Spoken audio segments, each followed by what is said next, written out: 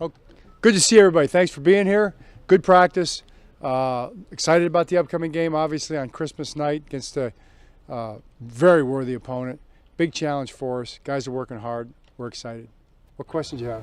John, this is only like the second time you guys have actually been not favorites, been underdogs.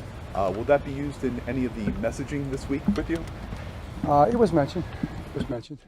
Sure.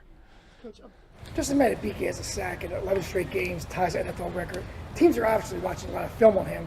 How's he still able to be so productive? Is it adjustments or is it staff physical people? Well, he's doing great. He's just playing really well, Todd. I mean, that's probably the main thing. He's playing at a high level. He's pretty relentless, but also probably have to say, to your point, he's got a lot of guys playing around him really well too. So those guys kind of feed off each other, protect one another, create opportunities for one another.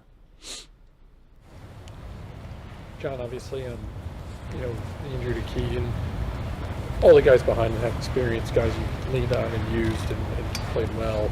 Curious, though, how things change, I guess, from a running game perspective, if at all, in terms of play calling scheme, game plan, all that sort of stuff. Yeah, well, we're going to run our offense. I mean, it'll be our offense with the guys we have. The plays that he was running, the other guys can run, and everybody puts their own fingerprint on the play. The play looks the way it does a lot of times because the guy who's running it. That's really the personality of a play. Everybody runs very similar plays, but not all of them look the same. So the guys running it will put their flair onto it and do that. And obviously we're going to miss Keaton. He's a great player, great guy, one of the young guys. Kind of a revelation. And he'll continue to be that when he comes back. And the other guys will get their chance and they'll go get the job done. John, when it comes to Brock Purdy, it seems like a lot of people have different opinions when it comes to the type of player he is. What do you see when you watch him on film, and what's it been like kind of game planning to try to stop him?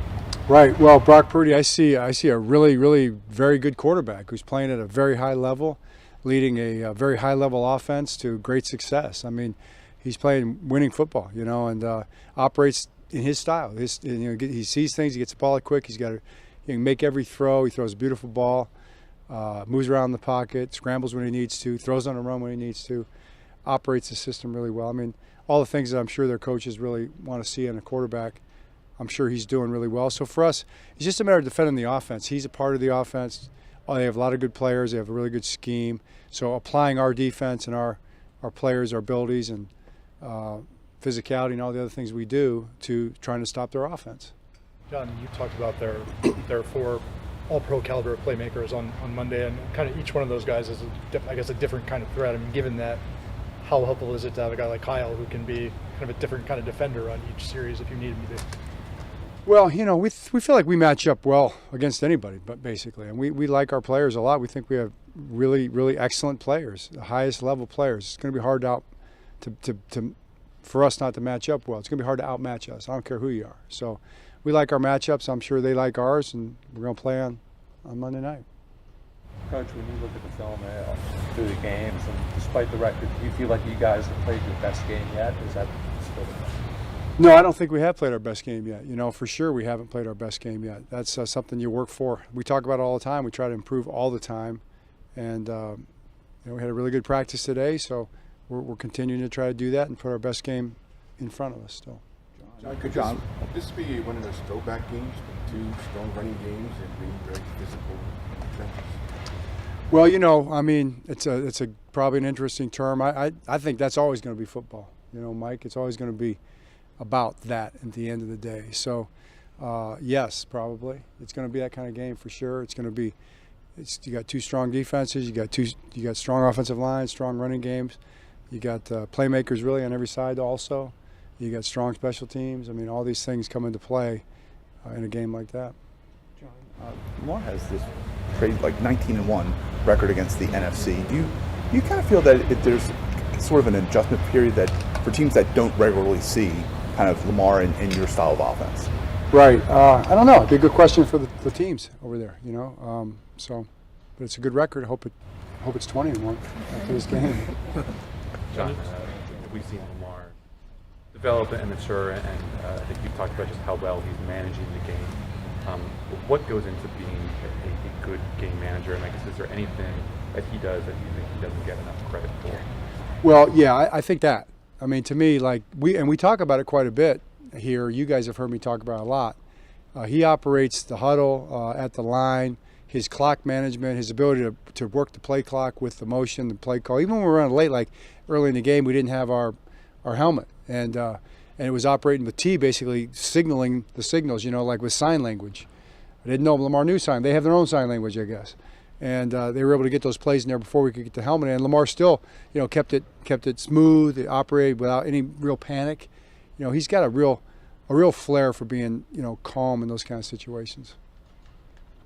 Touch on this in different ways, but what's the toughest challenge that San Francisco presents to you guys?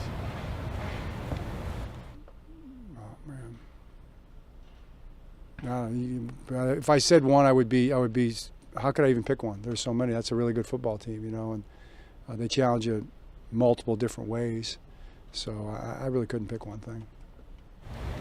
John, we didn't see Zay out there. Was there any concern about his status?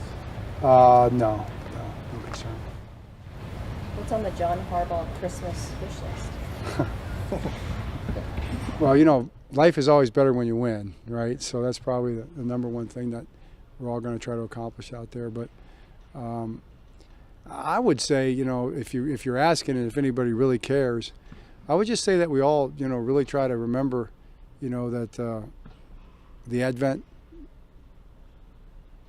message, and the idea that there are great and amazing, incredible things going on, and just the very fact that we have life, and the very fact that we have something beyond that, that is eternal, and that we're all here together for a reason, to live together, in peace. That's what I would say. Let's try to get along.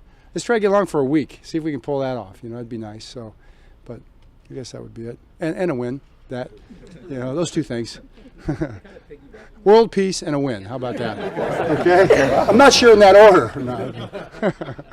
Kind of piggybacking off that, just being on the road on Christmas, is there any kind of special thing that you do with the team on Christmas morning, or how do you handle that as a team and a coach? No, we just get ready for the game. I wish we had some clever thing. We'll probably have some turkey and ham probably for the pregame meal, I guess, maybe. I don't know. But no.